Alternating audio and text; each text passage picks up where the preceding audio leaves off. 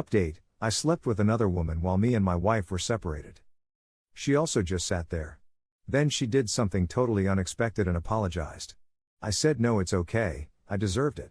She didn't respond to that because she looked really lost in her own thoughts. I asked, what are you thinking, and she said, last month I never would have used words like that in my life. I could never have called such a disgusting description of intimacy to my mouth in a matter of seconds and used my son's name in the same sentence.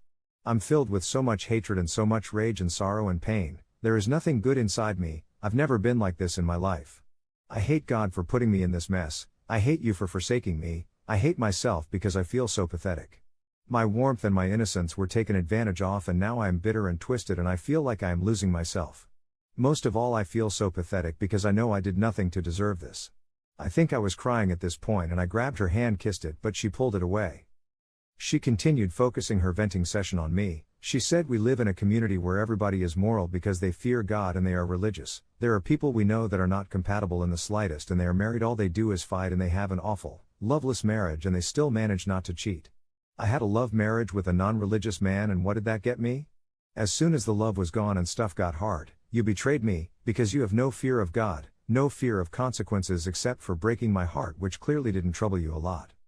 That hit me really hard. I know I'm a lot different to the men in my society. I feel it every Friday when they all leave work to pray and I stay in the office.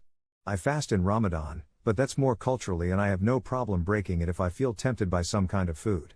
In my defense, my mother was Christian and my father was Muslim, and they both insisted that I learn both religions, so I spent the first 10 years of life learning that Jesus was the Son of God on a Sunday, and on Saturday that the idea of God having a child was blasphemous and would take you out of the faith, so needless to say I was a very confused child.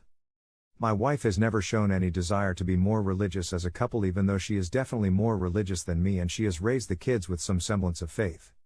After she finished speaking, she turned her head away from me and tried to cry herself to sleep again alone, but I decided not to be too scared tonight to hold her from behind, and I did forcefully enough for her to know that she can't push me away.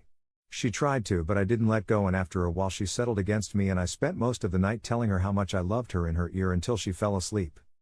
I decided last night that if she has diagnosed this problem as being a result of my lack of faith, then I will become the most religious man in the whole of the Holy Land that I live in.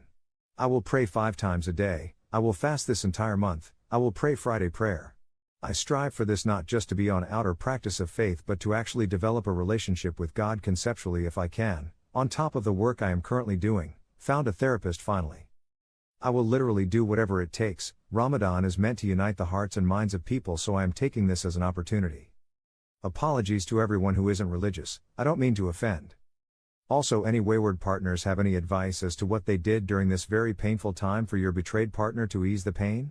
Or betrayed partners, what did you need from your partner during this time?